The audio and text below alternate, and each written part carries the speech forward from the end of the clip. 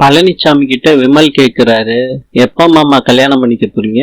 மாப்பிள்ள சுமார் மாப்பிள்ள, நீமா பாட்டி தான் மாமா ரொம்ப ஃபீல் பண்ணி பேசிக்கிட்டு இருந்தாங்க. ராமமூர்த்தி சொல்றாரு, நாங்களும் 2-3 இடத்துல பொண்ணு பார்த்துட்டோம், உங்க மாமாவுக்கு தான் பிடிக்கல, நாங்க என்ன பண்றது? எழில் கேக்குறாரு, உங்க எக்ஸ்பெக்டேஷன் எப்படி இருக்கு? நீங்க சொன்னாதானே எங்களுக்கு தெரியும். நான் என்ன பிடிக்குதுன்னு சொல்லாமலே அவங்களுக்கே தெரிஞ்சிருக்கணுங்க. இப்போ பாக்யலட்சுமி வர்றாங்க, ஸ்வீட் பண்ணி எடுத்துட்டு வந்திருக்கேன்னு சொல்றாங்க. அத சாப்பிட்டு பார்த்துட்டு பழனிசாமி நல்லா இருக்குன்னு சொல்றாரு. ராமமூர்த்தி கேக்குறாரு, அடுத்து என்ன சார்? எல்லாமே எங்க அம்மா தாங்க, எங்க அம்மாவை நல்லபடியா பாத்துக்கணுங்க. இந்த சமயத்துல பாக்கியா பழனிசாமியோட அம்மாவை உட்கார வைக்கிறாங்க. அடுத்தது சார், என் அக்கா தங்கச்சிய அவங்க அக்கா தங்கச்சி மாதிரி கவனிக்கணுங்க, எனக்கு அது போதுங்க. அப்ப பாக்கியா ஸ்வீட் கொடுக்கறாங்க உங்க அக்கா தங்கச்சிகளுக்கு. அக்காவுக்கு இனிப்பு இல்லாதது, தங்கச்சிக்கு இனிப்பு உள்ளதுன்னு கொடுக்கறாங்க. இப்ப தங்கச்சி சேலையில வடிஞ்சிருது, அத பாக்யா தொடச்சு விடுறாங்க. ஈஸ்வரி கேக்குறாங்க, வேற என்னமாச்சு ஐடியா இருக்கா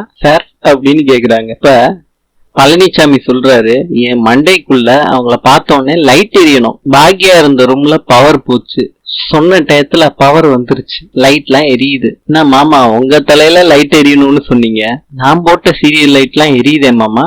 இல்ல அடுத்து என்ன? அவ்வளவுதான்மா. என்ன தம்பி வெக்கப்படுற, சிரிக்கிற? அக்கா நான் சொன்னா கேப்பியாக்கா? சொல்லு தம்பி, இந்த பக்கமா போயிடக்கா. வெக்கத்துக்கு காரணம் பாக்கியாவா? சரி போக்கா, நானும் பாத்துக்கிட்டு இருக்கேன்டா.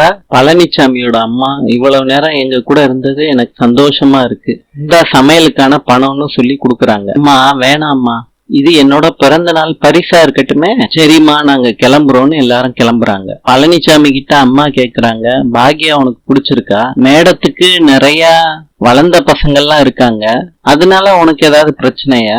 அதனால எனக்கு ஒண்ணும் இல்ல அம்மா, தம்பிக்கு பிரச்சனை இல்லையா?